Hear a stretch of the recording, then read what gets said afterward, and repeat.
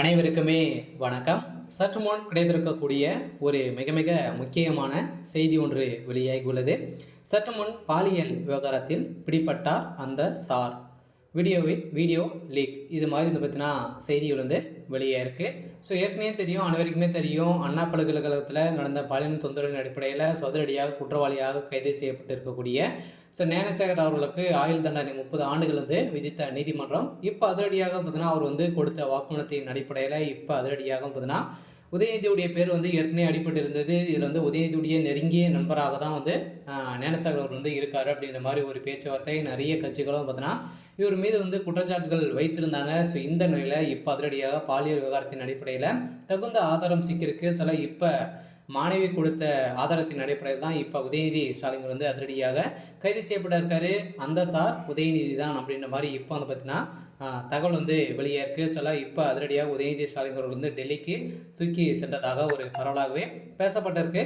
So இதை பற்றி இந்த வீடியோவில் நம்ம முழுமையாக பார்க்கலாம். ஸோ அதுக்கு முன்னாடி நம்ம சேனலுக்கு இப்போ தான் நீங்கள் முதல் முறையாக வந்திருக்கீங்க அப்படின்னா மறக்காமல் நம்மளுடைய சேனலை சப்ஸ்கிரைப் பண்ணி சப்போர்ட் பண்ணுங்கள்.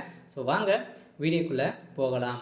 ஸோ பார்த்தீங்கன்னா நம்ம ஏற்கனவே பாலியல் விவகாரத்தின் அடிப்படையில் உதயநிதியுடைய நண்பர்களும் உதயநிதியுடைய மகனுடைய நண்பர்களும் பார்த்தீங்கன்னா காரின் மூலமாக சென்று நிறைய பெண்களை சீர்குலைத்து வசமாக சிக்கியிருந்தாங்க. அடுக்கடுக்காக திமுக தலைமையகம் செய்யக்கூடிய அட்டுழியங்களை தாங்க முடியாமல் பார்த்தீங்கன்னா சென்னை மக்கள் அனைவரையும் பார்த்தீங்கன்னா அவதிப்பட்டு திமுகவுக்கு எதிர்ப்புகள் தெரிவித்திருந்த நிலையில் இப்போ அதிரடியாக பார்த்தீங்கன்னா உதயநிதி ஸ்டாலின் அவர்கள் இதில் முக்கிய புள்ளியாக சிக்கியிருக்காரு. சிலருடைய வீடியோக்கள் பார்த்தீங்கன்னா இப்போ பாஜகவுடைய மாநில தலைவர் அண்ணாமலை அவர்கள் சமீப காலத்தில் வீடியோ வெளியிட்டு இப்போ உதயநிதி ஸ்டாலின் அவர்களுக்கு எந்த ஒரு பதிலும் அளிக்காமல் நீதிமன்றம் வைத்திருந்த நிலையில் இப்போ பார்த்தீங்கன்னா இதற்கு தீர்ப்பளிக்கக்கூடிய நீதிபதிகள் பார்த்தீங்கன்னா முதல்வர் ஸ்டாலின் அவர்கள் 200 கோடிக்கு மேலே பார்த்தீங்கன்னா இதில் விலைக்கு வாங்கியிருக்காரு அப்படின்ற மாதிரி தான் இப்போ தகவல் வெளியாக இருக்குது. இந்த நிலையில் இப்போ அதிரடியாக உதயநிதி ஸ்டாலினுடைய கதை ஒட்டுமொத்தமாக முடிய போகுது. இந்த விஷயம் ஜனாதிபதிக்கு போக இப்போ திமுகவில் பார்த்தீங்கன்னா ஒரு மிகப்பெரிய பிரச்சனைகளும் போயிட்டு இருக்கு. இருந்தாலுமே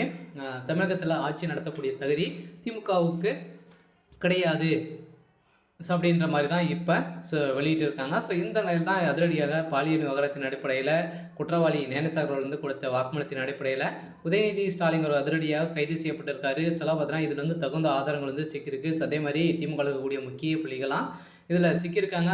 கட்டாயம் திமுக வருகிற சட்டமன்ற தேர்தலுக்குள்ளே பார்த்தீங்கன்னா ஒரு மிகப்பெரிய பிரச்சனைகளை சந்திக்க போகிறாங்க. இதுக்கு மேலே திமுக ஆட்சியே இருக்காத அளவுக்கு தான் இப்போ சம்பவம் மேலே சம்பவம் நடந்திருக்கு. இருந்தாலுமே இப்போ துணை முதல்வர் உதயநிதி ஸ்டாலின் பாலியல் விவகாரத்தின் அடிப்படையில் அந்த சார் உதயநிதி தான் அப்படின்ற மாதிரி இப்போ நீதிமன்றம் தீர்ப்பு வழங்கியிருக்காங்க.